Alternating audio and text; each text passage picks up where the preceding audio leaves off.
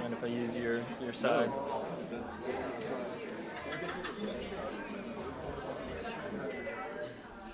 All right, good evening. I think we probably still have a few people trickling in, but my name is Kelly Jackson, and I want to welcome you all to the Good Without God debate between Dr. Ted Ammon and Reverend David Robertson. We're glad you're here, and wanted to let you know that Millsaps Christian Fellowship, the ministry that I work for, and the Millsaps Multi-Faith Initiative are co-hosting the event. And I'm going to tell you a little bit about both of our participants before we get started. Dr. Ted Ammon, who's seated right here to my left, got his BA from Mississippi State University in English and philosophy, and then received an MA and PhD at Washington University in St. Louis, Missouri. And he's been teaching philosophy at Millsaps since 1985. And he's published in the areas of philosophy and literature, ethics, and mathematics. And then Reverend David Robertson over here received his MA in history at Edinburgh University in Scotland, and further degree in theology from the Free Church of Scotland in Edinburgh. And he ministers at St. Peter's Free Church in Dundee, Scotland. He's director of Leggett Center for Public Christianity and has authored the Dawkins Letters, Awakening, and most recently Magnificent Obsession. We've got a few of those over on the book table. And he's an avid broadcaster, debater, and columnist. So if y'all will welcome our participants with a round of applause, we will get started.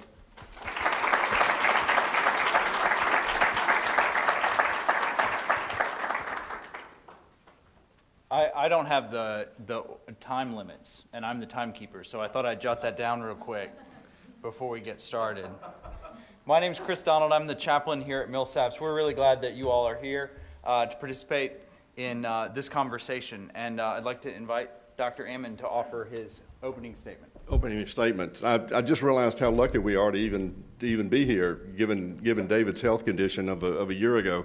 He was telling me about an extraordinary experience that he went through, which he may publish notes of, right?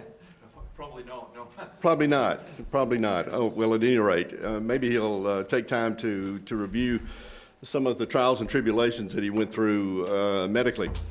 At any rate, let me have a sip of water. Make sure this is water, not vodka. You're on the clock, Dr. Ammon. I'm on the clock right now? So I can just sort of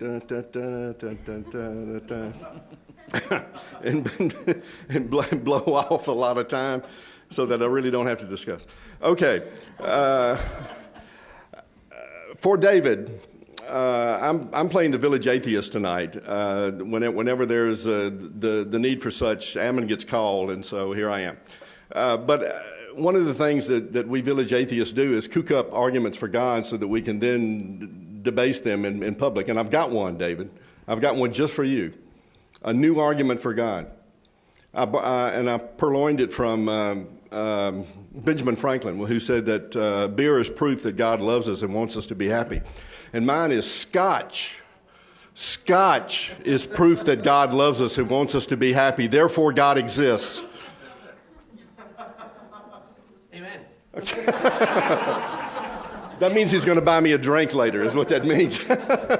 Amen. Amen to me means a drink somewhere down the road. All right. Good without God. What does that mean? Well, it's deliciously ambiguous, and it can mean a variety of things. One of which is, can one act in a morally good manner without belief in God, or without a God in the universe? Take your pick on those. Or, good without God, is there anything in the world or the universe that's good without the presupposition of God, or without a God in the universe? To that question, I would say unequivocally, yes, there are good things in the universe.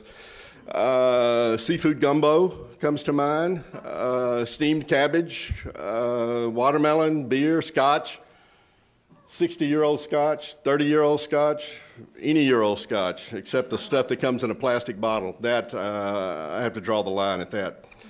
What I want to focus on, however, is the notion of, can one be moral without the presupposition of God in one's life?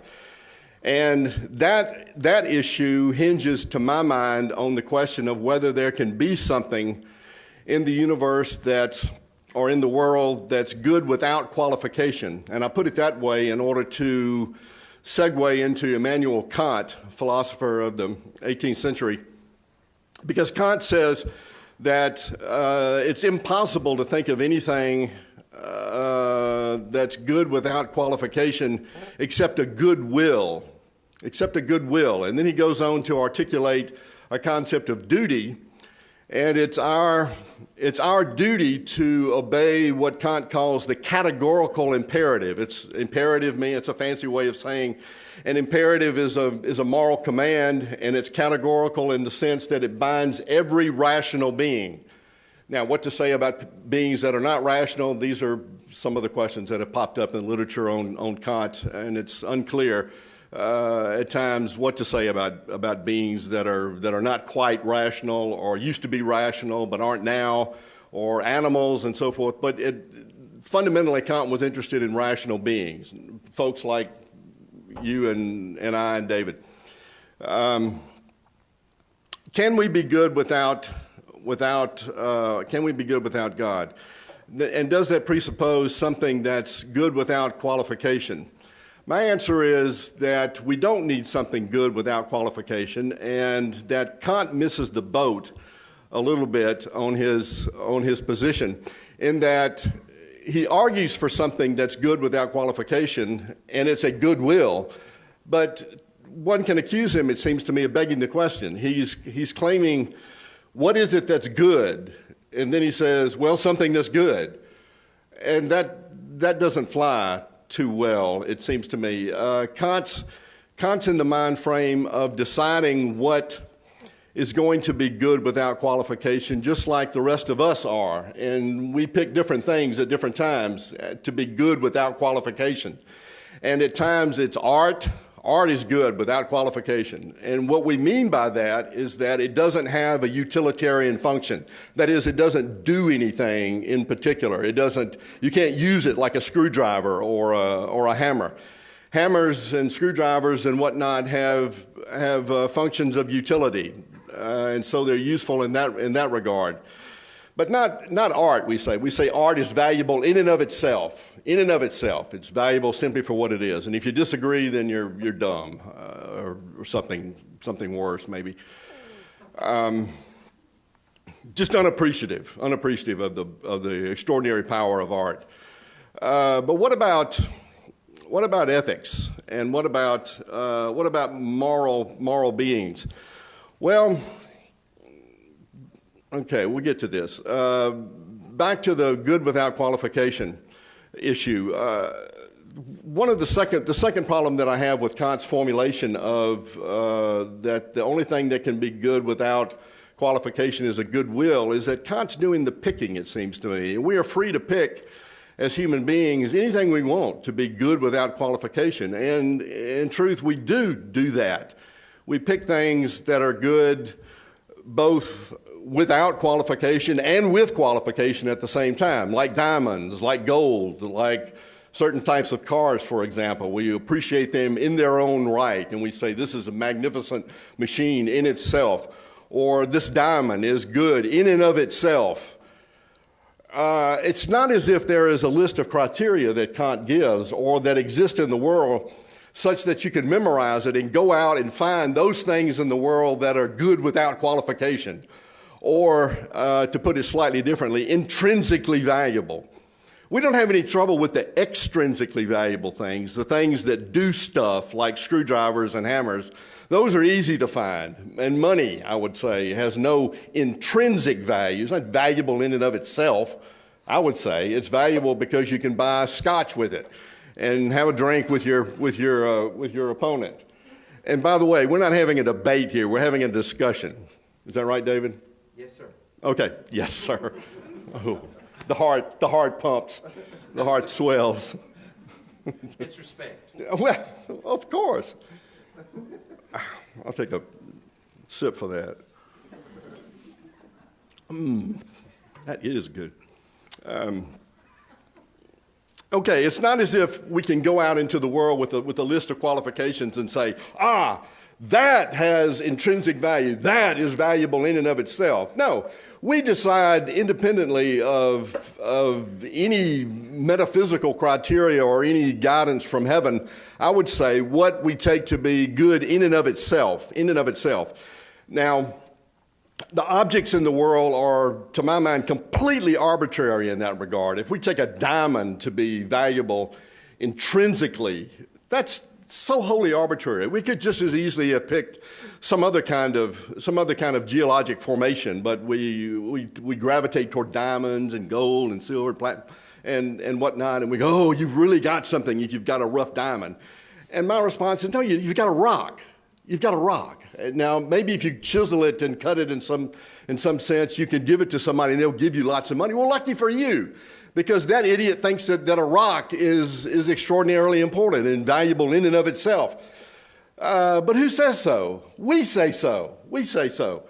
We're the ones who are determining that, and it need not be the case. We could devalue diamonds in that regard and disregard them entirely. But for moral actions, we seem to need, I think, that kind of thing, the thing that's valuable in and of itself as a foundation for morality. And if we don't have it, then the supposition is all bets are off. If we don't have something that's valuable in and of itself, then we can't be moral, or, and this follows closely on the coattails of what I'm just saying, we don't have a foundation for morality. We don't have something to be moral with. We don't have something to be moral because of. And what fills in the blank, of course, is on the one hand, human beings. Back to Kant. Kant said that a good will is that which is good without qualification. But human beings are those things which we should act according to, such that we treat them only as ends in themselves, he says, as ends in themselves, never as mere means to some end. Now, some of you are familiar with Kant, know what I'm talking about. I can treat you as a mere means to an end if you're a cashier in a Kmart or something, or in Whole Foods now, Whole Foods, which is causing a big ruckus here that we've got. If I just grumble and grouse and you know, the person says, hey, how are you? And I just swipe my card and get on through and so forth, I've reduced that person's humanity in a small way to a mere means to an end. I've treated that person as nothing more than an obstacle to get around in order to get my cannoli or whatever that they have that's exotic up there. I guess they have cannolis. They better. And go get a cup of coffee or something or other.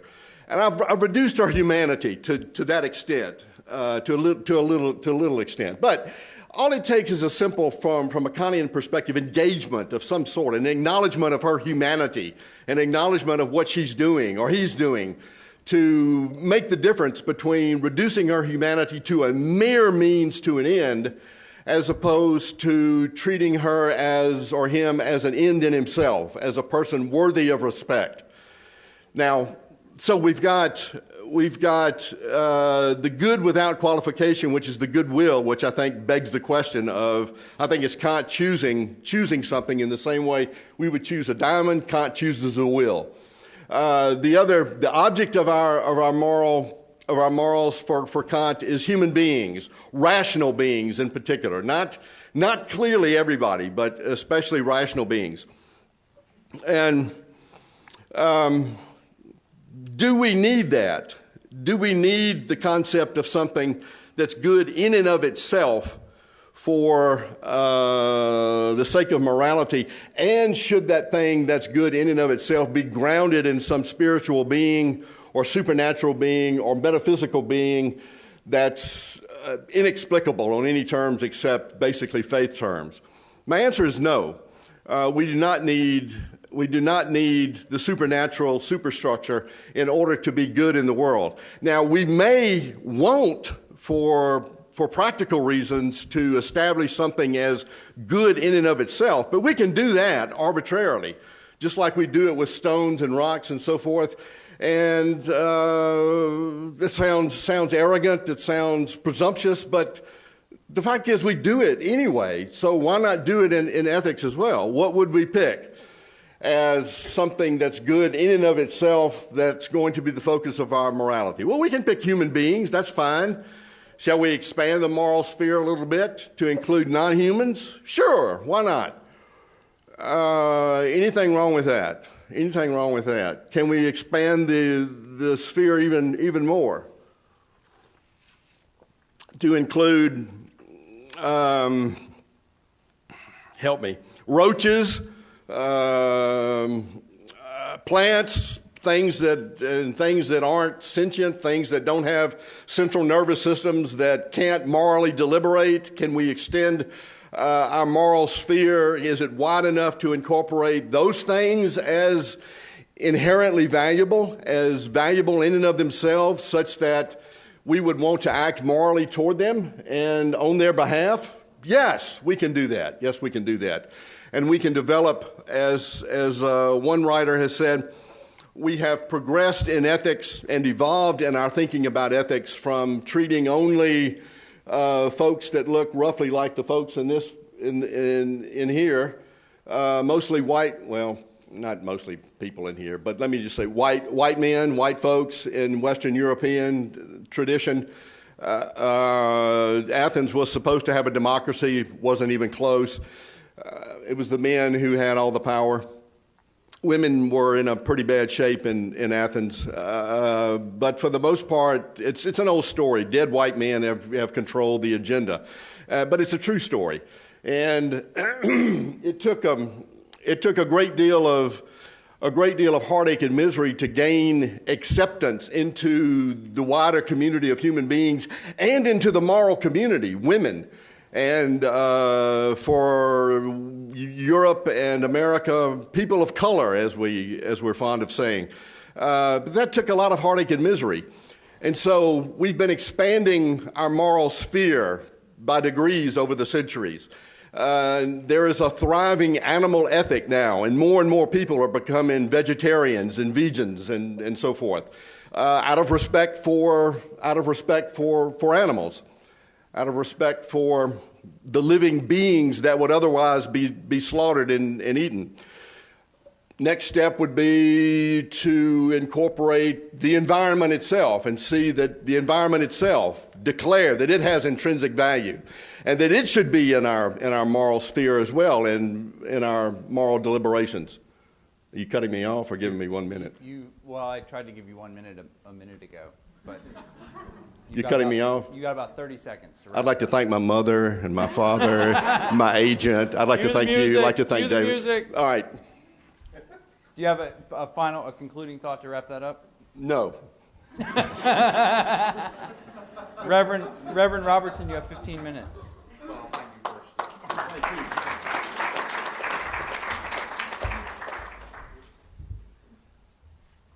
Okay. Dr. Ammon referred to my health. My body is telling me that it's like 2 o'clock in the morning because I flew in last night. So I'm asking him to have mercy upon me. I'm thinking about things.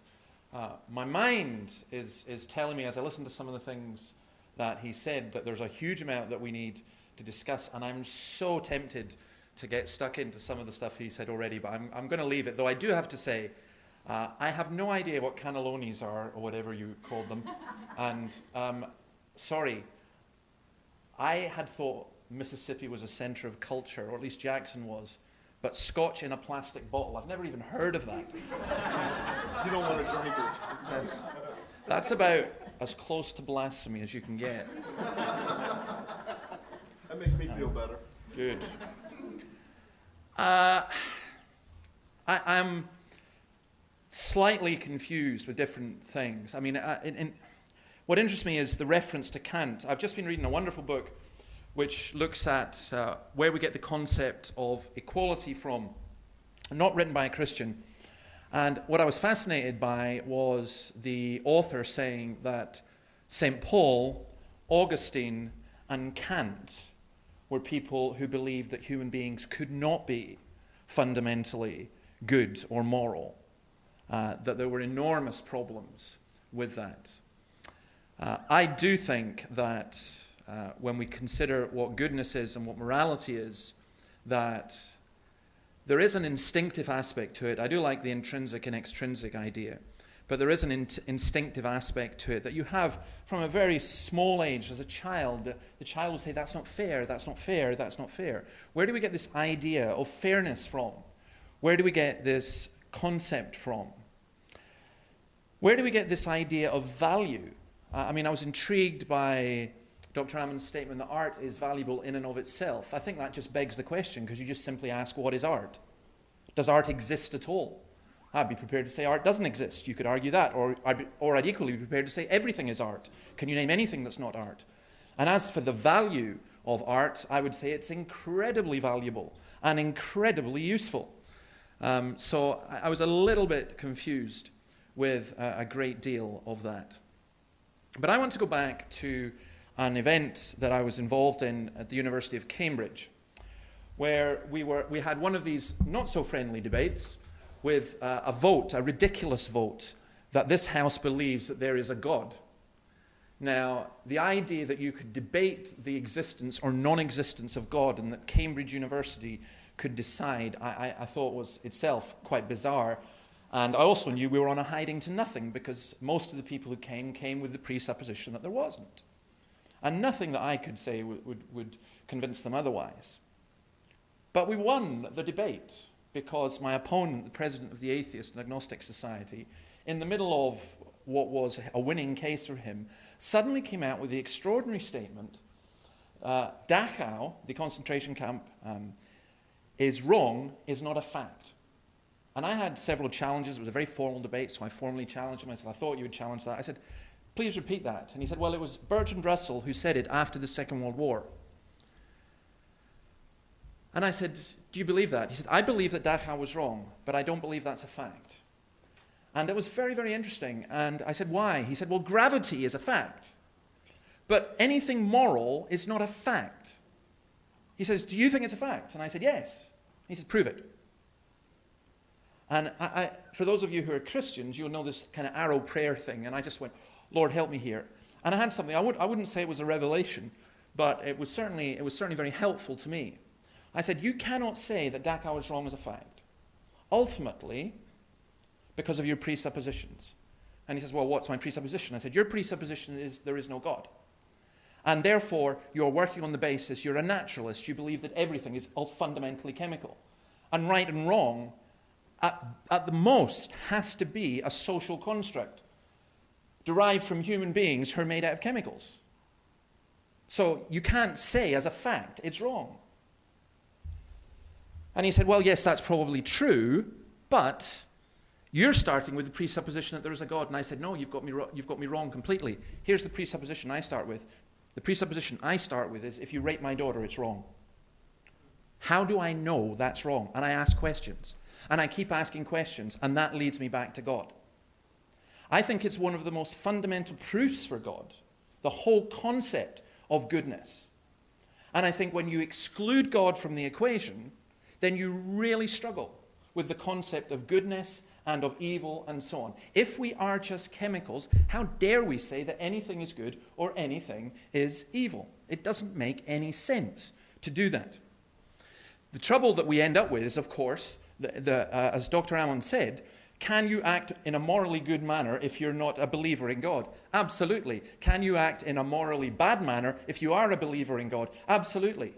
This city is full of people who believe in God, who are hypocrites. Your jails are full of people who believe in God.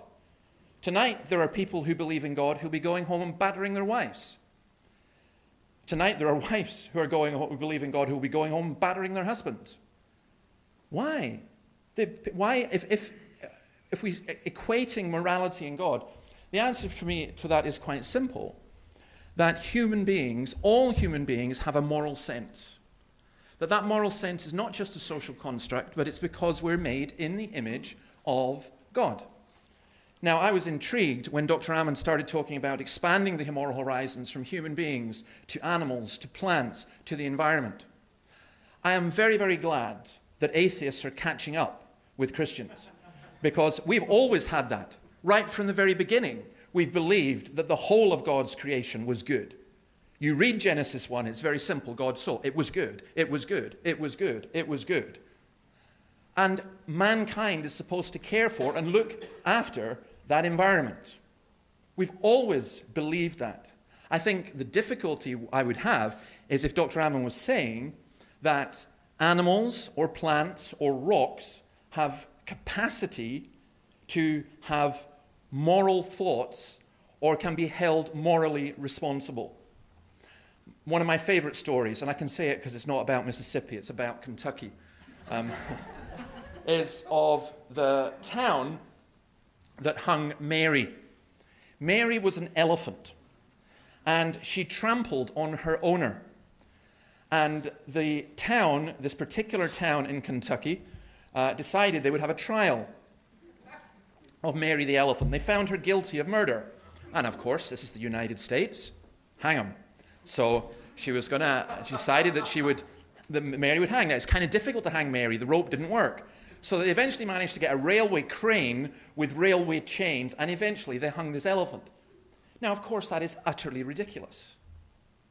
I think it's ridiculous to hold... I grew up on a farm, and I think I remember saying this to Dr. Ammon before. My dad was a pigman, and a female pig, a sow, when she had young babies, if you went near them and touched them, before their eyes opened, she would eat them.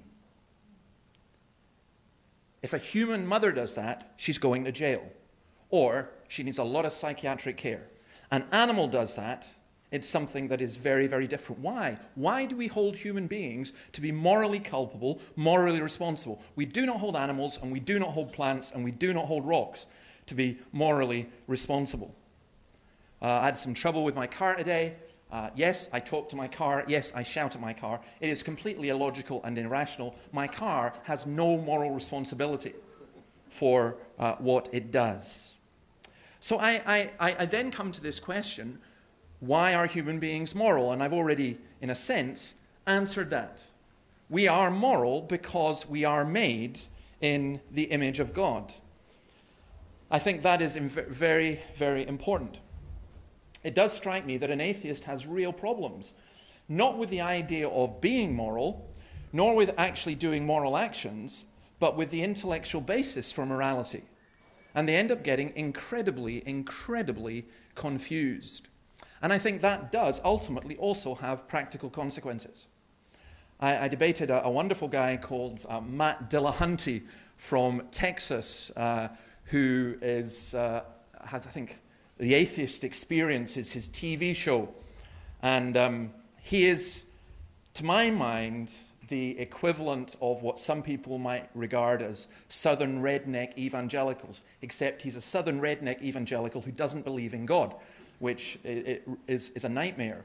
And he and I, it's like a Scottish Calvinist who doesn't believe in God. That's about the worst thing you could imagine. Well, it was fascinating talking to him and talking about this whole aspect of morality. Because at one point he said to me, "It's obvious that killing 6 million Jews is wrong." I said, "Really? Why is it obvious?" He said, "Of course it's obvious." I said, "What if you are a young German who's been brought up in the 1920s, 1930s Weimar Germany and Nazi Germany, and you have been taught that the Jews are rats. You've been taught that the Jews were the cause of the German defeat in the First World War. You've been taught that the Jews are the reason that your family are poor. Might it not then become obvious to you that actually removing the Jews could actually be a good thing? And if you felt it was a good thing, and if it was obvious to you that it was a good thing, would that make it right?" And Mr. Dillahunty went on to say, "Well, no, morality is." And he said, morality is for well-being. And it's against someone's well-being to kill them. Well, I don't want to repeat the whole debate, but the obvious question then was, do you think it's against the well-being of the child in the womb to kill her? "Yes," he said. "So you're against abortion?" "No, I'm pro-choice." And at that point, I had to stop. Because that's a level of illogicality. Now, I'm not accusing Dr. Ammon of that, and that would be really unfair in the same way as if he accused me of some of the nutty things that Christians say. But nonetheless, that is an illustration of the confusion that people get into when they don't recognize the goodness that, or what goodness and what evil actually is. The other thing I'm really, really fascinated with is how we define goodness in the first place. What do we mean? At times it seemed to me that what Dr. Ammon was doing was confusing goodness with taste. Now, apparently, seafood gumbo is good. But there are people who live here who there's some kind of tasteless thing that makes porridge look positively tasteful, called grits. And some of you swear by it. It's the most tasty and wonderful thing that you've ever had. Now that's taste, and there is no accounting for taste. There really isn't. But that's not what we mean by goodness, is it? Oh, it's a bit distasteful that you killed that person. Could you not kill them in another way? You know, in a nice way. No, we don't do things like that. We know that there are things that are good, and we know that there are things that are bad. Sometimes we get confused. My wife works with people who are very seriously mentally ill, and sometimes people become so mentally and psychologically disturbed that they cannot tell the difference between good and evil. But that dehumanizes them. Part of the essence of being human is you're able to tell the difference between good and evil. So for me, the fact that human beings are moral is an absolutely massive thing. The fact that you cannot have morality without an absolute morality, and you cannot have an absolute morality without God, seems to me logical and fairly obvious. And I look forward to hear what Dr. Ammon has to say in response to that. But I want to finish, and I've got 2 minutes, I think, because I've got a wee timer here myself, so I'm just, not that I don't trust you, but I don't trust myself. Fascinating thing, I'm going to bring Jesus into this, because he ultimately is my standard. At one point, Jesus was called good, and he said, "Why do you call me good? There is none good except God alone." I think that's our standard of goodness. Why do we get this idea of good? Why can't we just have a social construct that one year says, okay, fair enough, we can kill all redheads. Why not? There was a time in this city where if you beat your African-American slave, that was considered okay. That was considered good with some people. Why was it wrong? Well, I would argue it's wrong for the ultimate standard of goodness. But if you argue goodness is just a social construct from society, then what society says, no matter what, will be your standard. And I'm saying my standard and our standard has to be way beyond that. Jesus says, "Why do you call me good? There's none good but God alone." In fact, in that sense, he was actually making a claim, subtly making a claim to be God. And one of the reasons that I can't intellectually be an atheist, when I tried really, really hard, because emotionally I wanted to be, was I couldn't explain good without God. And 35 years on, I'm still at that case, in that area. So I think this is hugely important. I like Dr. Ammon a lot, and I've got a wee present for him, and it's not Scotch, but his taste in Scotch does need to improve. But I do like him a lot. And if people said, "Do you think he's a good man?" I would say yes, by the standards that we have.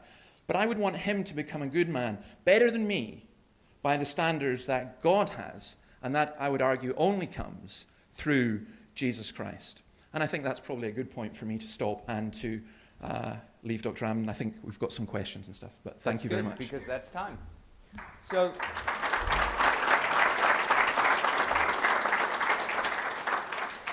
For the next two sections, Dr. Ammon will lead 5 minutes of questioning, which our presenters have indicated will be more conversation than directed questioning, but Dr. Ammon will take the lead in this segment.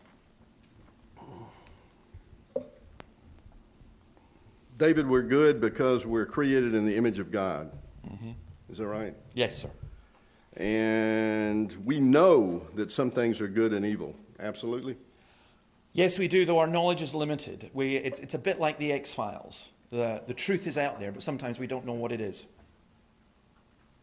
Well, what good is an absolute ethic if your knowledge of the absolute good and evil is limited, and we end up fouling up miserably as we did with slaves? Beating slaves was done by Christians for the most part. Well, no, it was done actually by Arab traders who tended to be Muslims. And it was done by people who profess to be Christians. That's true. Slavery has always existed. I find it ironic that there are at least 27 million slaves in the world today, and it's actually increasing. There are 20,000 slaves, it's reckoned, in Britain. It's returned after a century of not being around. But the question of what good is it if we don't know it absolutely is, we need to know that there is some good. I think within ourselves, we have an awareness of things that are good and evil, but we become very confused. The problem is not with the standard of good and evil. The problem is with us. That would be my difficulty. The problem is with us. Yes. In the sense of not knowing? No, in the sense of when as I say, before I became a Christian, I was very, very interested in Weimar Germany, and I always commit this fallacy of talking about it, and people think I'm trying to invoke Hitler as an atheist, and I'm not. It wasn't so much Hitler, it was Weimar Germany. And the thing that really shook me more than anything else, I was asking the question, why did the Germans, who were the most scientifically advanced, cultured, sophisticated, cultural nation in the world, end up supporting Hitler? And they did, largely, overall. And I came to realize Hitler was human, and the Germans were human, and then it shook me, I'm human, and the evil that was in the Nazis was the evil that was in with me. My view of humanity is that humanity is basically screwed up. And I can't think of any exception to that. I include myself in that. We're screwed up. Yeah. It seems to me that what you would call naive optimism is that human beings are not inherently screwed up. We may make wrong decisions, and wrong from an absolutist position or wrong from a culturally constructed position, and we screw up. But the declaration that we are inherently messed up morally, right? Yeah. Inherently messed up morally presupposes that there is a God who has created us as such? No, not really, actually. My starting point, this is a bit unusual for Christians, I accept this, but my starting point is that human beings are messed up. That's where I begin. Why? Because I'm a historian, and because I was asked this once at a bookshop in England, and a young man stood up, you'll forgive me saying this, who was much younger than you, and he...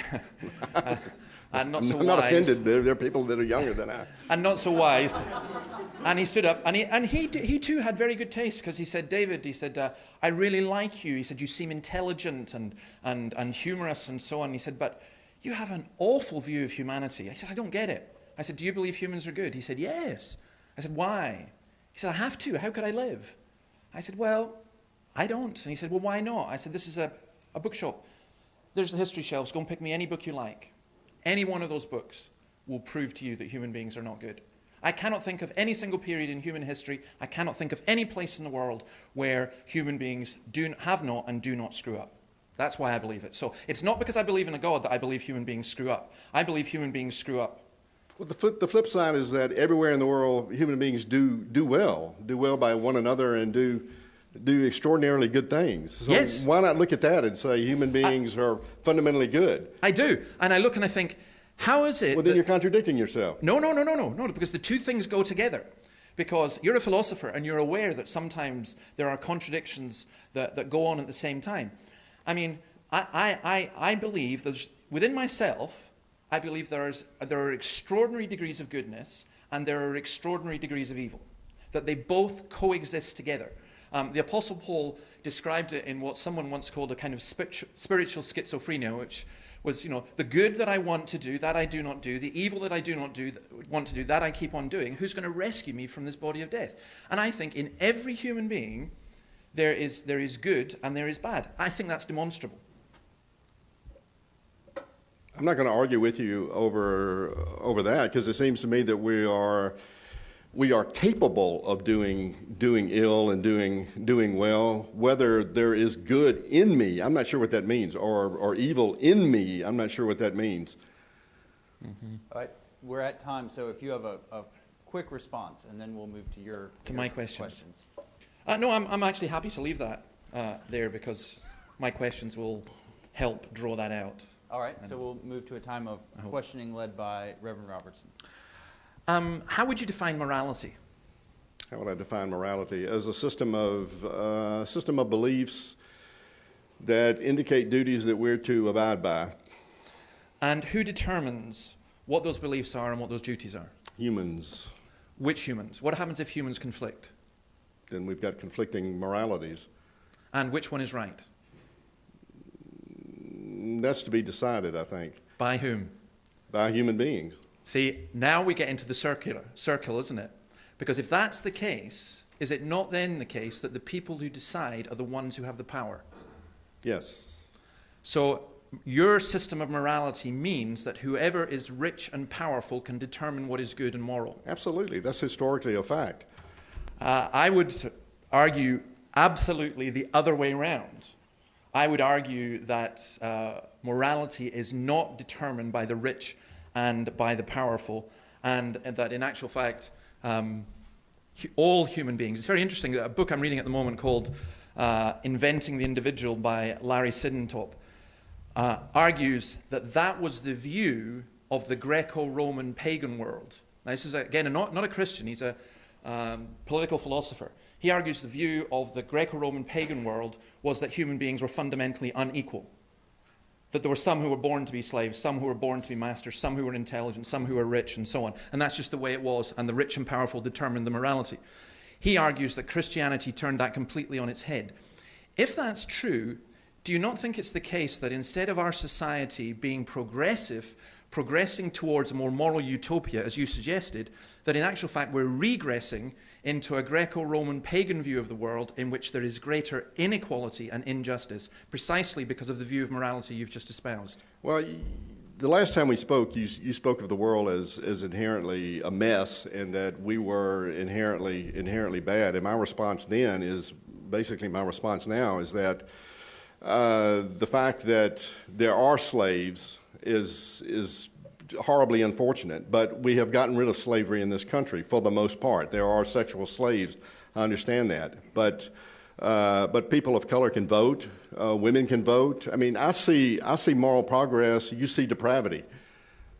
I think both of us would agree with this, that maybe I'm being wrong on this. I better not say what you think. You can say what you think. But I think I personally see things as being a lot more complicated than that. I used to be a Marxist. You know, I now think he was too right-wing. But no.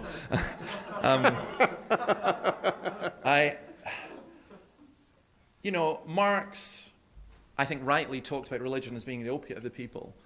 But he also talked about workers as being slaves. I find that we have got rid of one type of slavery and we've replaced it with another.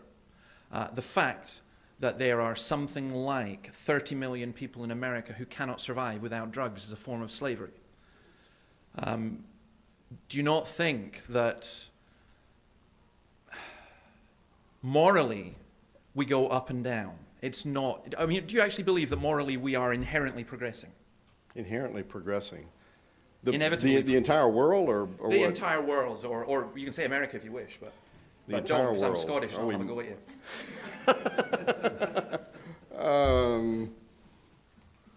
Let's see. We suffered through World War II, and in spite of the nightmare of the Middle Eastern politics, I think that we're better off for treating the Jews as we've treated them since World War II.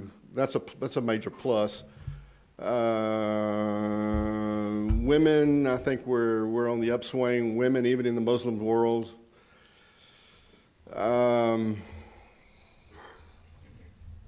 People of color in this country, yes, we've definitely made progress. So I see areas of progress. I see areas where we can improve. Obviously, I mean, I'm not going to deny that. Yeah, do I see a utopia shimmering on the horizon? No, of course not. I'll agree with you that there are areas of progress. Though I do find it fascinating. We talk about the Jews. We killed 6 million Jews. It's no wonder that there's been a kind of tendency to back off from that. However, there has been a fantastic rise in anti-Semitism in Europe. There's been a phenomenal rise of attacks on the Jews in the United States. And, even more worryingly, there are millions and millions of people including the president of Iran, who think it would be perfectly permissible to wipe out all 5 million Jews who live in Israel. Now, I don't think that the Jews are being treated overall all that much better. It's up and down. As regards women, what I find fascinating about the equality amongst women is big argument in Britain at the moment is the whole question of gender selection abortion. And in China and in India and in Europe as well and in the United States, there are people who are choosing to abort their children because they are girls. I think that's the ultimate form of discrimination against women. So I think I agree with you, there has been progress in many areas, and I'm not one of these people going, it was all great back in, the days of Little House on the Prairie, because it wasn't, and I wouldn't want to live then. But I don't think it's been inherently progressive either. I think it's up and down. All right, so we're at time. Dr. Ammon, do you have a response? That didn't really end in a question, but well, give you opportunity. no, I'll let it go. All right, well, one of the things as we designed this event was that we wanted to make sure that our audience was able to interact with our debaters or our conversators. What did you say? Discussers? Discussers. And so we've got Stephan Sanchez and Kelly Jackson. They've got microphones. If you have a question, we've opened up some very significant topics, things that humanity has been thinking and talking about since we started thinking and talking. And so I hope that it will stimulate some discussion among us. Please raise your hand if you've got a question, and one of the microphones will come to you. This is for, I guess, you, Reverend. Did God create us to be bad? And if not, how did we change our nature? First of all, call me David, because just as I'm going to say there is none good, there is none reverent apart from God himself. Did God create us to be bad? No. How did we come to be bad? Well, this is a thought experiment I had myself, and I'd also be interested, Dr. Ammon, whether you think this works or not, from your philosophy, far more than I do in that respect. I thought about this quite a lot, and I came to the conclusion that I quite often say this. If I were God, I could create a world in which you did not experience any pain, any suffering, any anxiety, any broken relationships, any poverty, any sexual abuse, any war. Would you like that? The answer is often yes. I will then create a world in which you are a chair. Because that chair that you are sitting on right now is not saying, oh, I just wish somebody else was sitting on me. This guy is way too heavy. That chair is not thinking, I wish I was in another college where I could meet more beautiful chairs. That chair has no existential angst. It's perfectly happy in its own way. Now, you can change that to animals and look at different things. I think in order to be human, we have to have some ability to choose. And I think in order to be moral, we cannot be like Henry Ford is alleged to have said when he did the Model T, you can have any color you want as long as it's black. If God created us to be moral and said you can only be good, you have no option, no choice, then in that sense we could not be moral. So in order to create the best of all possible worlds in which creatures freely love him, he had to give human beings a responsibility, a choice. And I think that the price of that is the existence of evil and badness. But I would be prepared to argue that I would rather live the life that I have with all the pain, sorrow, and suffering that comes than be a robot. So for me, that would, but I don't know, Dr. Ammon, you might. Dr. Ammon, any thoughts on that question or on moral agency? Well, I think that morality presupposes free will, and I think that morality doesn't make any sense without the presupposition of free will. That's without the metaphysical superstructure of God created us to be this way rather than that. But I think that we do have the ability to choose one way rather than another, and a world in which was perfect. I would agree with you, David, Reverend David. That I would agree with you that in such a world that that's perfect. There could be no moral striving, and a world in which we are capable of striving morally is a better world. Can I ask you a question just as a professional? Sorry, I know there's other questions, but I'm really fascinated with this. I've noticed a growing trend amongst some philosophers to argue strongly against any concept of free will. And I'm A, fascinated, and B, delighted that you're defending free will. Are you aware of this? Oh, yes. Yeah. There's a creeping reductionism Yes. in philosophy, and in philosophy of mind in particular, that all mind processes are brain processes, and it's just a matter of time until we figure it out. But even if we do, even if necessity is the case, we're still going to have to presuppose free will in order to make sense of moral agency and justice. Yeah, thank you. Further questions? I have two ideas that, Reverend, that I would like your Sorry, where are you? I lost you. Right here. Oh, there. Oh, okay. Sorry. Yeah, I have these two ideas that I think about all the time that kind of relate to your belief that all humans are just screwed up naturally. The first is that's shown in the story of Adam and Eve when humans messed up in that story and everything was perfect, and just by eating the apple that we weren't supposed to, that we were told not to, that's kind of just a symbol or a metaphor showing that we are not perfect and we do screw up. And that I want to know what your opinion on that. And also, the next one branches off of that, which is that I believe that we are screwed up. That way, we are supposed to find God, and God could see who His true children are, and His true. Okay. First one, simple. I would agree with. You could go into it more. The second one, I don't agree with, and I'll tell you why. You don't realize how screwed up we really are.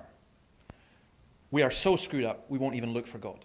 In fact, I was preaching on this Psalm 14, Psalm 53 last week, which says, "There is none righteous, not one that does good. There is none that seeks God." And I actually think we are so screwed up that we would back off from God, whatever. And we actually need God to come and seek us. If it was just a choice now of saying, okay, if I can just be good enough, I'll earn enough brownie points to get to heaven. I don't know if you have brownies here, but whatever, because you eat them. What's an illustration that works? I mean, what's that? Girl Scouts. Yeah, if I was just a really, really good Girl Scout. Or, I mean, to be honest, the churches in Jackson are absolutely filled with hypocrites who think if I go to church on Sunday and say my prayers and so on, then that'll please God enough, I'll get in. No, you won't. You're stuffed. There's not a chance, because what's wrong with us is so deep that it means, ultimately, I love Romans 1, which says that we turn away from God, and therefore we do all the bad stuff. And I think that's our biggest problem. So your first part I agree with. Your second part, I think, God hasn't allowed this so that we will seek Him. I think God seeks us. He gave us 10 Commandments and the Bible. Yeah, He gave us the 10 Commandments, and it's very interesting when you get into the New Testament. Paul says, Jesus, Paul, sorry, that wasn't an amalgamation. That was Jesus and Paul, but I think Paul especially says this. What's the point of the law? It's a schoolmaster to drive us to Christ, to bring us to Christ. By the law, no one is saved. No one. Saying to messed up people, go out and be good, is about the worst possible thing. That's why religion is such a disaster. Because in religion, all the time, people are saying, just go out and be good. Go out and give your money at the church, or serve this imam, or do this, or whatever.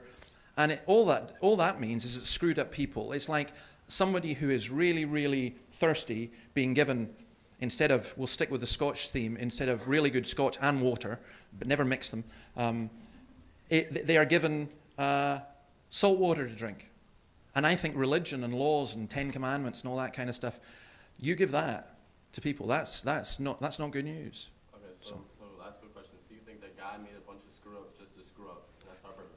No, I think that God made the human race, and He saw that we were very good. In Genesis it says, this was good, this was good, this was good. He made man, this was very good.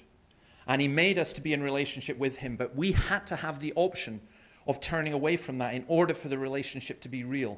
We then screwed up. What God could have done is said, right, stuff them. They've chosen to be without me, that's it. But He didn't. What he did, without overriding our humanity, without suddenly saying, right, forget this free will thing, I'm just going to zap them all.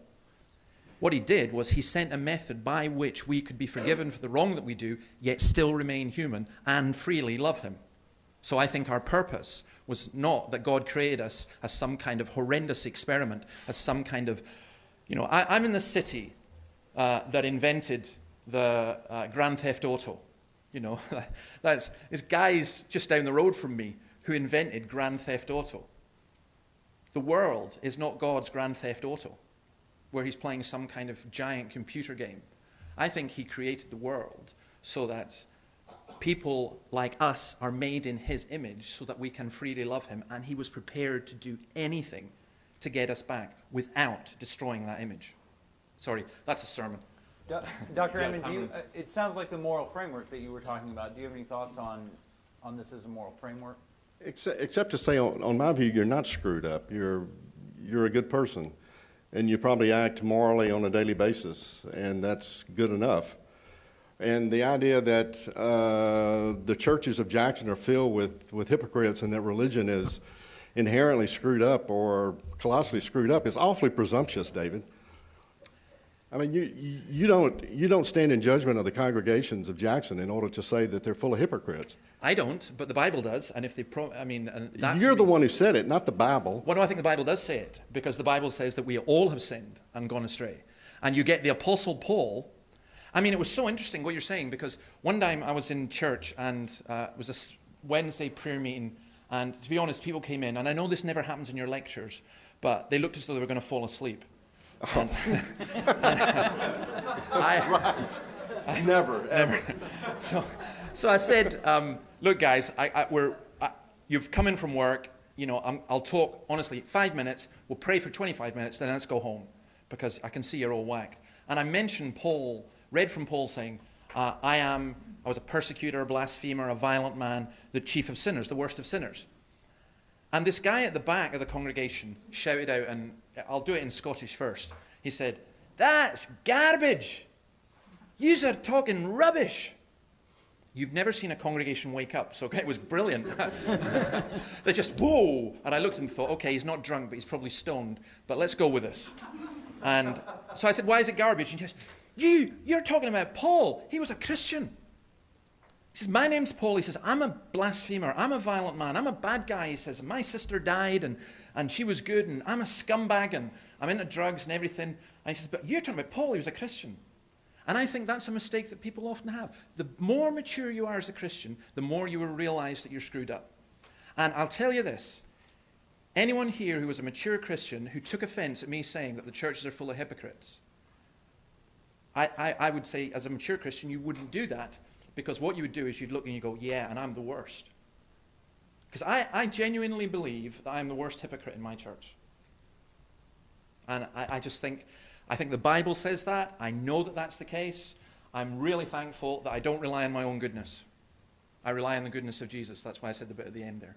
So I'm not being presumptuous.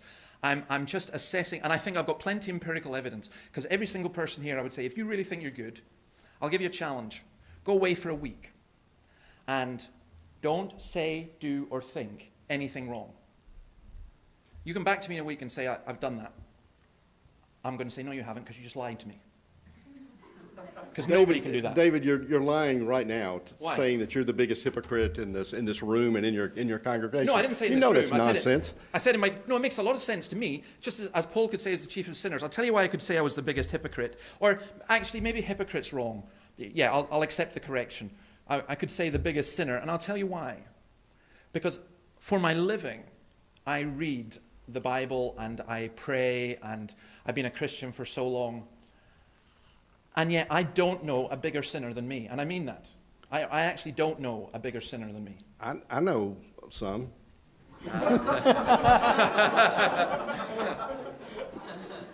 Well, that's good. That's good. Let's, Dr. Ammon, you have some more on that? No, you can't say. Let's go. I'm Let's take a sworn to question secrecy from this side. So Plato has a story called Euthyphro, in which he positions Socrates talking to Euthyphro outside the courtroom where Socrates is about to get convicted to death for impiety. And he asks Euthyphro, what is piety? And eventually Euthyphro comes to say that piety is what the gods love. And Socrates asks him, do the gods love it because it is good, or is it good because the gods love it? And and then Euthyphro gets all frantic and runs off, basically. And I was just wondering if by something like this you could conceive of a morality that's separate from God, and God loves it because it is good, but it's not good because God loves it. So not to say that God doesn't exist or anything, but just to separate morality from God and say that there might be an absolute morality that doesn't depend on a God or gods to exist. Dr. Ammon, you want to Dr. Ammon, you start us off there? Yeah. I've already said that there can be a morality and an absolute morality without a supernatural foundation for it. And if I could slip back into Kant and surgically remove Kant's argument for God from his work. Excuse me. What Kant says is that one can conceive of nothing in this world nor out of this world greater than a good will. And he's including God in that. So God has to subscribe to the moral law as well. So on that view, God has to do the right thing. And the right thing is something that God is bound to do, not something that he creates arbitrarily. Okay, and my response to that would be, let us assume, which I do, by the way, I believe there was a Big Bang. Let's say before the Big Bang there was nothing. So there is nothing. There's no good. There's no right. There's no wrong. There's no morality, and so on. Big Bang occurs. Eventually, over billions of years, Earth and all the rest of it develops. Eventually, human beings come along. Where does good come from? Is it just a chemical thing?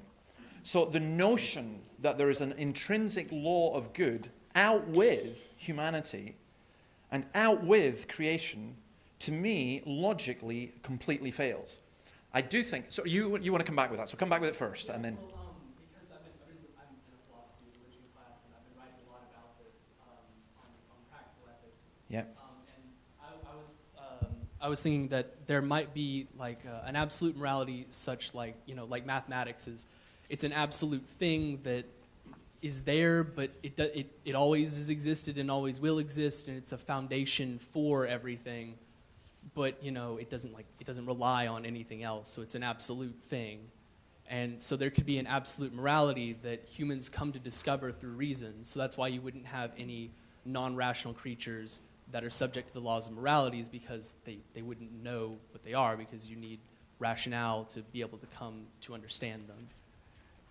Well, that's a very interesting idea about mathematics as well, because I used to argue that, but some mathematicians who recently have been saying no. I would say, well, of course, 2 and 2 is 4. That's an obvious thing, and they say actually it's not. It isn't a binary system, but it's not another. You are presupposing an awful lot, and to equate mathematics with morality, I think, is very, very dangerous. Could morality be a computer program? No, I don't think so. I think it's something beyond that.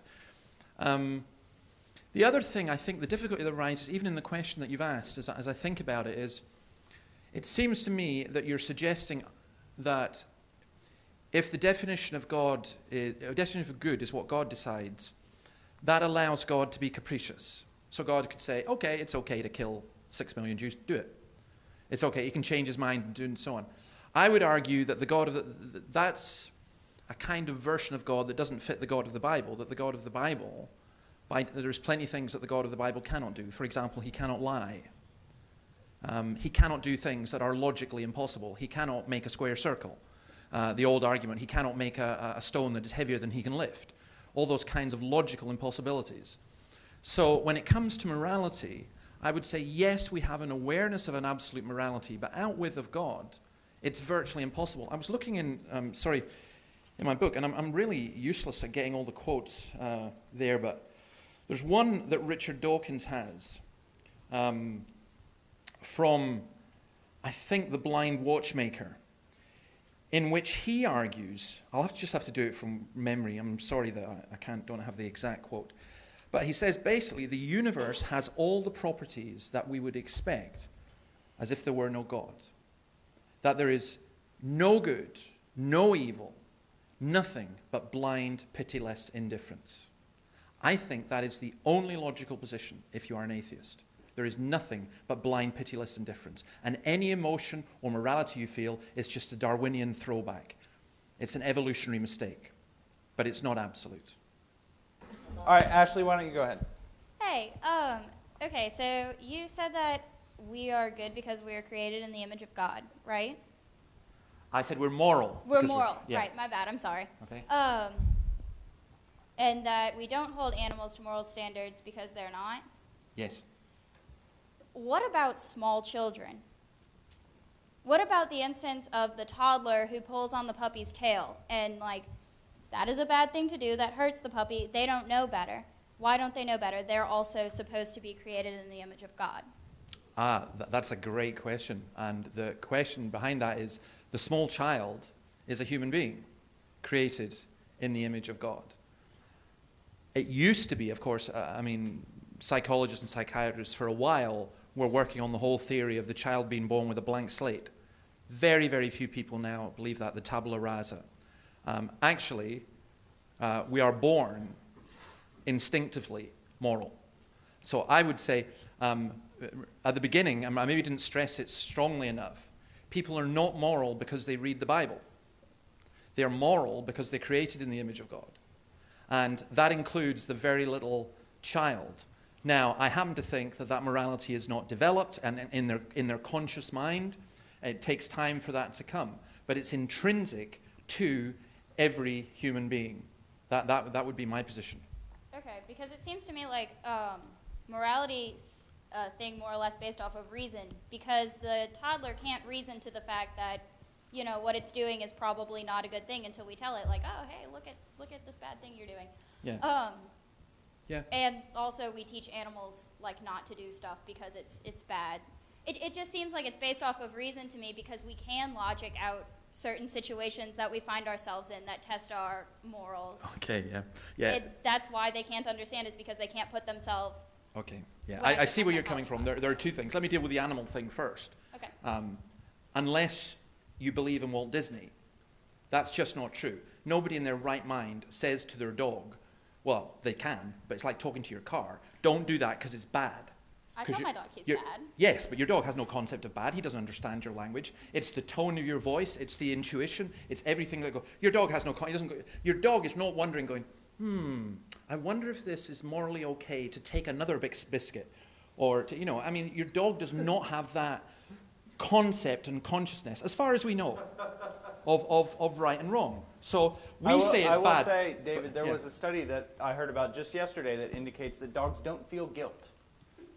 They make shame faces because they know it makes their owners happy. I mean, one of the interesting things is, as we've lost belief in God, as Chesterton said, we've also lost belief in humanity, and rather bizarrely, we've then increased. We think it's better for the animals, but it's not. I think when you see, do you know that some pets, in fact, pets in America, Americans spend more money on birthday gifts and fur coats for their pets than they do on giving to the poor in the third world. That's outrageous. It's absolutely outrageous that you can have poodle parlors and where people can take their dogs on holiday and say, oh, well, I'm doing it because I'm giving them a treat. No, they're dogs, which means give them the life of a dog. Don't try and give them the life of a substitute child, which you control, which is what an awful lot of people are using pets for, which I find ridiculous. Now, so I don't think, I'm not saying you're ridiculous at all, but I don't think, we don't teach our animals, now, you mustn't do this because it's bad. That's what I was trying to say. Your first point, which I've forgotten now, actually, sorry.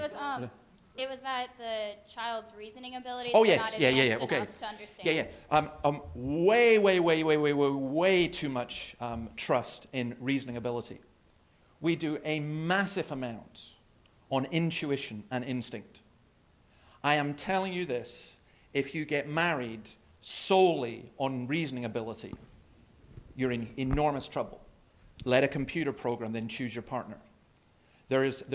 Human beings' reasoning is incredibly limited. I think we should use our reasoning, but there are things like intuition.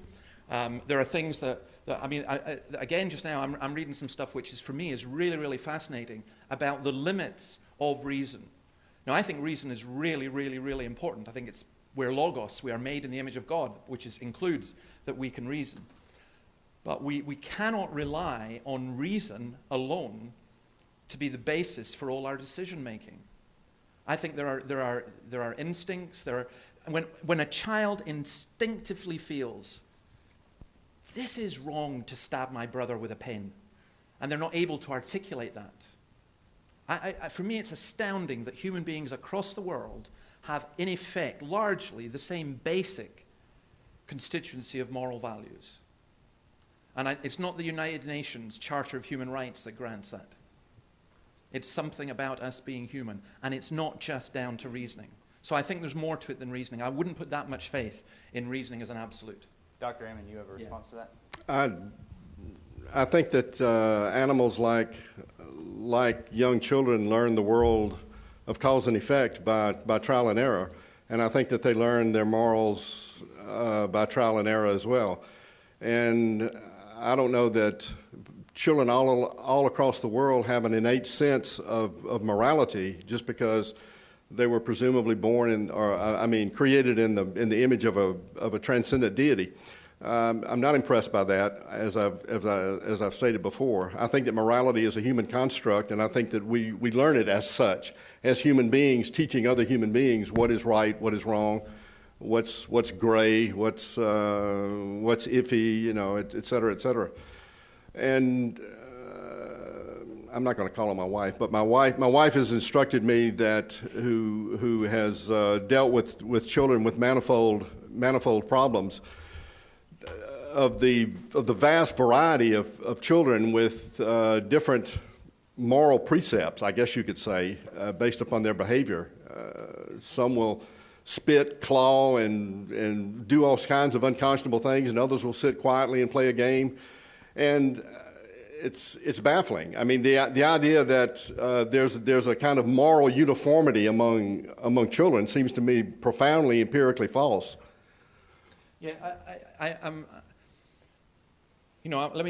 thinking with you on this one. I'm inclined to agree because there's vast differences in behavior, but I still think underlying it all, the child that spits and claws, I'm not convinced that they don't know that that's behavior which is detrimental to people. One of the reasons for doing it may be because of that. I mean, back to your thing. This was if you like how this works out in practice, because this is hugely, hugely important. It's how we treat people. I ran a youth club in our church, and this kid came along, and he was a bit disturbed, is how we would put it. One day, he smashed up our table tennis table with a crowbar. I don't know where he got the crowbar from, probably from his dad when he was robbing houses or something. And he smashed up this table, and he came out. The leaders struggled to get him out to me. They dragged him out to me. And I got him. He was about 10 years old, and he was about that height. So I lifted him up, and I banged his head off the wall. I didn't mean to do it. I swear, honestly. It's illegal. It would have been illegal to even lift him up. And he says, "You can't do that. You can't do that." And I said, "Yep, I shouldn't have done it. I apologize. I didn't mean to bang your head off the wall. But you got to stop doing this." He says, "I'm telling the police. I'm telling the police." I says, "Well, you go ahead and call the police. Who are they going to believe? You, a wee 10-year-old nyaff, or me, a minister? I win. You lose." And he said, "But that's not fair." I said, "You're right." I said, "It's not fair. And that's the way it is." I said, "Look, here's the deal. You'd be going home forever. You'd never be back in this club, except for the fact that your mother pleaded with me to let you stay because she says your behavior's improved 100%. And I said, "If this is improved behavior," and he said, it is. I said, "I feel so sorry for your mother that you can stay, but I'm going to give you a choice. You can either be treated like an animal or a human being." He says, "What does that mean?" I said, "Well, why do you do this?" He says, "I was brain damaged."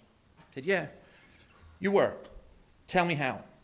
"I had a car accident when I was 8 years old. This all turned out to be true." And he said, "I've been brain damaged." He says, "I lose my temper very quickly." I said, "Okay. Now, here's what it means for you to be treated like an animal. You stay here, and I have 2 leaders with you everywhere. You don't go to the toilet without these guys with you. And they never leave your side, because I'm not having you smashing up my place. I'm not having you harming the other kids. He says, what's it to be treated like a human being? I said, do you realize that you're going to lose your temper? He says, yeah, it's usually a bit late. I said, okay, here's the deal. If you want to be treated like a human being, I'm going to treat you the same as everyone else. But the minute you begin to think, uh-oh, I'm getting a wee bit annoyed, you drop anything that you're doing immediately and you run and you find me and you hang on to me until it's over. I said, now that's the deal. And he looked at me and I said to him, what do you want? He says, I want to be treated like a human being. Now, I'd like to say that his behavior was perfect. It wasn't. Of course it wasn't. But I'll tell you this, it was a whole lot better. And that's what I mean. We treat people like human beings who are responsible. My dog, when I lived in the north of Scotland, started worrying sheep. And that doesn't mean telling them stories and frightening them. It was killing them. And we had our dog put down. Our dog had to be put down. My son starts attacking sheep. I'm not having him put down. There's a fundamental and enormous difference. And I think that's actually the heart of what we're looking at. Dr. Ammon, you have any response to that? No, I don't think so. Okay. Let's go to our next question.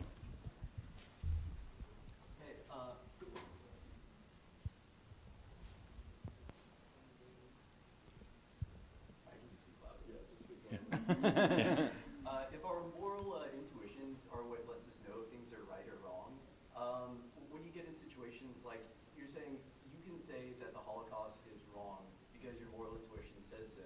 However, the person who grew up in Nazi Germany can say the Holocaust is right because his moral intuition says so. It seems there's a contradiction here. You made a caveat earlier that seems like it could address this, in that our moral our moral intuition or interpretation of it can be wrong.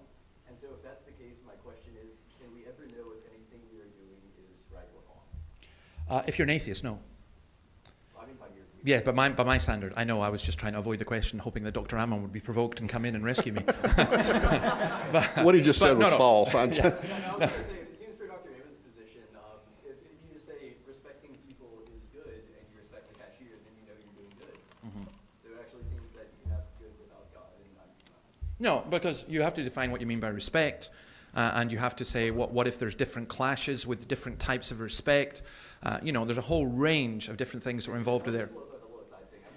No, your question, yes. I understand what your question is. And, it's a really, really good question. I would answer it by saying things just aren't as simple, as black and white, as even someone as brilliant and humble as myself would put across. And hypocritical. And hypocritical, that's right. See, I told you. You're getting there, alas. I just want a cheap laugh. I want that list of people, okay? I go for the expensive laughs. No, here's the thing with that, why it's complicated. Because none of us is born morally, morally neutral. And none of us is an island. We're affected by what goes on around us. And our cultures really do affect us. So I would argue that we are all damaged people. I would say that our emotions are damaged, our intellects are damaged, and our wills are damaged. And what that means is our morality is damaged. Our sense of right and wrong is damaged. But there is enough of it that remains within us that still says, there's something here that's not right. I think we need to be indoctrinated out of our awareness of God and His law in order to behave that badly. It's very interesting. Daniel Dennett, and who's he quoting? He's quoting someone, but Dawkins quotes him as well, and he uses this argument, which, forgive me for saying this, I don't mean to be offensive to anyone's politics, but I call it the George Bush argument for morality. And it goes like this. Mr. Bush said there's the good guys and there's the bad guys, and you're with us, the good empire and the bad, which for me, for a version of world politics, is incredibly simplistic. And it's an incredibly simplistic view of morality as well. Because Dennett says this: in this world, there are good people and there are bad people. Good people do good things, bad people do bad things. But for good people to do bad things, it takes religion. And that sounds clever, except its very basic premise is entirely wrong. In this world, there are not good people and bad people. There are people who are a mixture of good and bad to varying degrees. And in actual fact, religion can be used to increase the wrongdoing. But you, of course, can't judge that if you're a moral relativist, which Dr. Ammon isn't, which is very unusual for an atheist, because most of the atheists I've met, by definition, are moral relativists. But except there are some like Sam Harris who try not to be. But I think that the answer to your Nazi question is, when a culture turns away from God, to me it is no surprise that forces can take over which indoctrinate and brainwash people against the innate sense of morality that they actually do have. So it is more complicated than that, but I would still argue it's there. I would appeal to the guard at Auschwitz. Can't you see that this is wrong? And if he couldn't, I would regard him as being somebody who was incredibly crippled as a human being and needs the gospel even more. That would be my argument. Dr. Ammon, I think, Eli, that there is no inherent morality, that is not inborn in some sort of Platonic sense. I think we learn it, as I responded to Ashley a minute ago. We learn it the same way we learn how the world works causally, by trial and error. And we learn it from our parents and from our colleagues and from our culture and so forth. We learn morality in that way. And we learn what it means to run afoul of the moral laws and what it means to do right by them. But as far as there being an inborn good, as if it's a kind of thing, or an inborn bad, as if it's a kind of thing that we're born with, I don't even know what that means. Can I help you? Can I ask you? Because you said a phrase there that for me is, again, I'm genuinely interested. You say we learn it, morality, the way that we learn the world works causally, right? But the world is external to us, so we can do that. Are you saying morality is external to us? No, we learn it externally. No. But there's a difference. The world is external. If we weren't here, the world would still be here. Okay? So we can learn that because it's external to us. Are you saying morality is external to us and therefore we can learn it? Because if we are learning it the way the world works external, the way we learn the world works causally, the world is external to us. The only way that sentence would make sense is if morality was external to us as well. No. So, but if morality is internal, then it's not the same as the world. Because the world is outside. It's not that simple. Morality is, the will to act well or act ill is the result of free will, and I'll go ahead and posit that for all of its metaphysical implications. And of course that's internal, not external, but the forces that teach us to do ill or do well are external to us, yes. I think my mother was not inside of me telling me not to do this and to do that. She was external to me. So I don't really understand the question. But the question is very straightforward because you've actually helped me a lot here. If I learn the way the world works causally, I'm looking at the world externally. There is an external world to myself. It's an external world to other human beings as well. If morality is to be learnt in the same way, it has to be external, exclusive of human beings. And I would argue it isn't. It isn't. I learn, the only reason, how does my mother know? You keep going back all the way. Where does morality come from? It is not an external thing. It is an internal thing to human beings. You know as well as I, David, the literature on evolutionary psychology and how morality can be explained by altruism, by the creeping altruism in evolutionary processes, and sympathy and empathy as well. Yeah, I do. I'm just, sorry, a magazine... Now, it doesn't mean that that's the way that it works, but I'm saying there is an explanation that's I agree. That's bound in evolution. Evolutionary psychology, as I think we mentioned 3 years ago, is probably going to be the most influential academic discipline over the next 10 years, I think.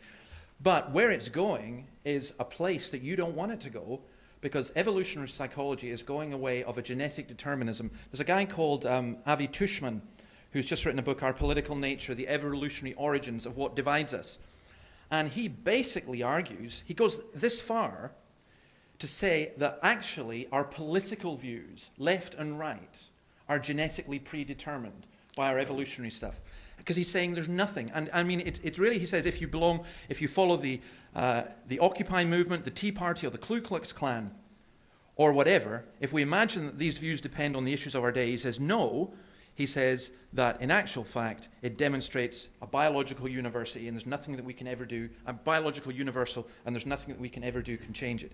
I would argue, if that is the way that evolutionary psychology is going, we're going to end up living in hell.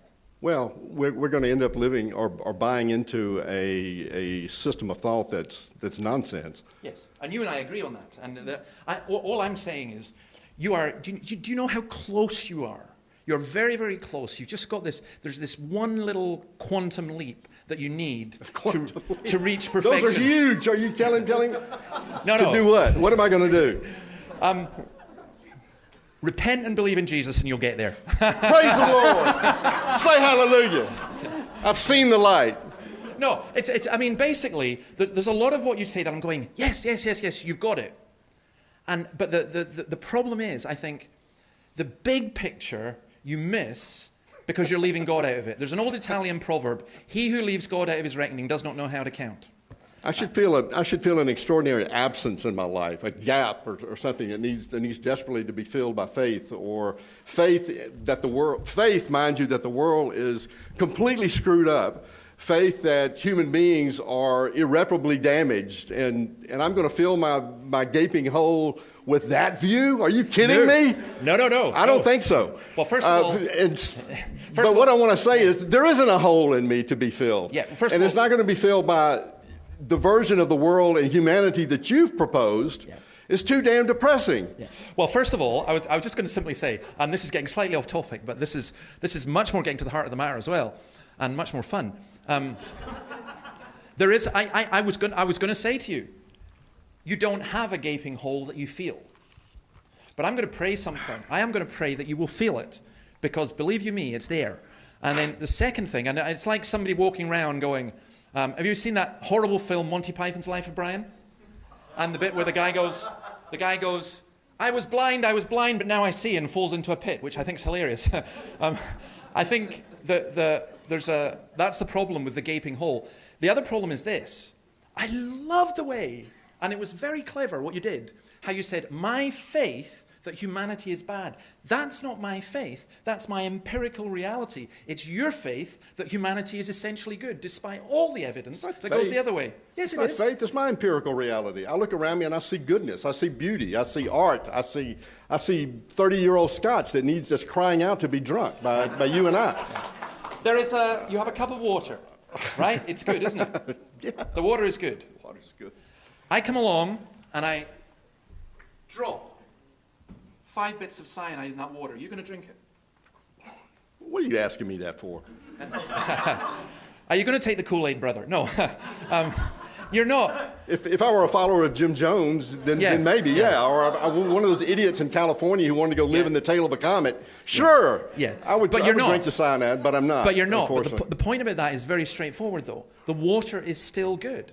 It's still 99.99% good. But the cyanide in it has corrupted the whole thing. And it doesn't mean that it's morally bad. No. But in the same way, using that analogy, and it is an analogy, I would argue that human beings are created good. I look at every human being. I look at the guy lying in the gutter in his own urine. And I look at the fascists parading on the streets. I look at all these people and I go, oh my goodness, you are good people, but it's gone wrong. And I would argue that poison has infected every single human being, so not one of us can be ultimately good. And the poison is? Sin. Sin. Yeah. But you won't like that either. But no, I don't believe in sin. Let's let Dr. Ammon, do you have some thoughts on sin, and then we'll move to our closing arguments. Yeah, let me share my thoughts on sin with y'all. I've got a list right here of I've got a bigger especially good ones. That's your definition of good. Your definition of good is that it's sin. Okay, now we're getting somewhere. Well, No, I don't have any thoughts on sin. Sin is an issue for David and his view of things. And when I think of sin, I think immorality. People are moral or immoral, or they do wrong things or right things and so forth. But I don't think of people as sinning.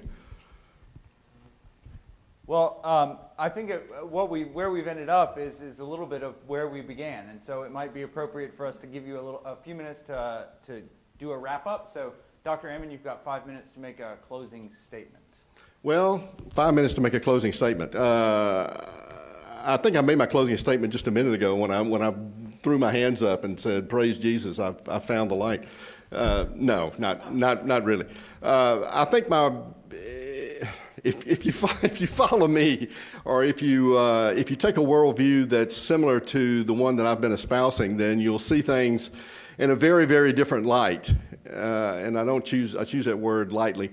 I see beauty. I don't see a human race that's fallen from grace. I don't see human beings that have been constructed in the image of a supernatural being and have fallen from some primeval state into a world that has become corrupted by their actions as well. I see beauty, and I see human beings with enormous potential, and I see human beings that are capable of extraordinary feats of morality, and that's what I focus on, and that's what I hope for the future. I hope that the world continues to progress along the lines that it does, with fits and starts. I grant David that, with fits and starts. But overall, I see more progress than I see degradation. More progress than I see backsliding, and I don't see a gaping hole that needs to be filled, except by people who are persuaded that doing good things for other human beings, being empathetic and sympathetic to other human beings and their plights and their problems, is a good thing. I think people need to be persuaded of that over and over and over and over again. Thank you. Okay. Well, I want to thank Dr. Ammon. I don't know why, but I do actually like you. I predicted when we came here this one up for determinism that you would say that you prayed for me. Yep. I predicted that. Yep. I have. And you said it. Yes, and I'm not. I must admit, I'm not very holy because I don't always remember to pray for you. So there's this wonderful thing called a prayer app, and you're on it. So you come up about every week to be prayed for. So that's right. No, you'll get there. Do you know, it's interesting. I another gentleman who I've debated with 2 or 3 times, I had dinner with him last week. And I said to him, what happens if you're converted? And he said, I lose a lot of friends. I lose my job. Because he's president of a humanist society. And he said, and I said, are you worried about that? And he said, yes. He says, I'm getting close. I don't think you'll lose your job. But I do pray for you. To be converted is the wrong word because it does sound like a bit like a house conversion or something. But to come to this holistic picture is how I would describe it. Because you see, like Dr. Ammon, I see human beings with great beauty and enormous potential. I'm not here, the dour Scottish Calvinist, going, doomed, doomed, you're all doomed and you're all ugly as sin and, it's all terrible and so on. I'm not saying that. I'm saying that you're actually far worse than you think you are. But there's something that's a whole lot better. And I'm saying that Dr. Ammon's position is one of faith. It's like Simon Cowell. I'm not comparing Dr. Ammon with Simon Cowell, but on, like America's Got Talent or something. And the guy comes on and he sings and he's rubbish. He's worse than me. And the panel are sitting there laughing behind his back, really. And Cowell speaks to him and says, go home. You can't sing. What are you wasting our time for? You can't sing a note. And he's just really rude to him and really direct and tells the truth. And the guy comes off and there's a camera on his face and tears are pouring down his face. He goes, Simon doesn't believe in me. Simon doesn't believe in me, but I believe in me. I believe I'm going to be number one. Yeah, the way the charts are right now, possibly. But no, you idiot, you can't sing. You can't sing. You can believe all you want. I think the faith that human beings are inherently good is the Disney faith. I believe I can fly. I believe I can touch the sky. No, you can't. Jump out a 7-story window if you think you can fly. It doesn't matter what you believe. It's not true. And if you believe that human beings are inherently progressive, that there is no gaping hole and so on, it's not true. It's just not true. It doesn't fit the facts and the evidence. So I'll probably sum up in this way. I did, in fact, no, well, first of all, I want to give Dr. Ammon this. This is The Magnificent Obsession, and I pray that it will become yours as well. Let me know what you think of it. My email address is in the back. And no, but I would actually very much appreciate your thoughts on it, because there's a lot of philosophy in there, and you can correct me if because I'm an amateur, you're the professional. But in the Dawkins letters, I wrote this about morality, and I thought it was a good way for me to sum up. The Christian view of morality is not, as most people suppose, that the Bible gives us a set of laws to live by. Real Christians are not moralists, thinking that if only we offer a reward here, a bit of punishment there, then, brackets, decent human beings will behave better and somehow earn their own stairway to heaven. We know that we can neither legislate nor use religion to make us good. Real Christians realize that the Bible's teaching is that there is an absolute morality from which we all fall short. And no amount of religion, good works, or pious acts will ever be able to make us right. That is where grace, salvation, the cross, and all the wonderful truths of the acts of God in Christ come into their own. God was in Christ reconciling the world to himself. That is why the gospel is good news. Not because it gives us a set of laws to live by or religious rites to perform, but because it deals with the biggest problem in the world, the problem of the human heart. It is for that reason that every year I religiously watch Schindler's List to remind me of why I am a minister of the Christian gospel. I just don't want to explain the darkness. I want to defeat it. Thank you.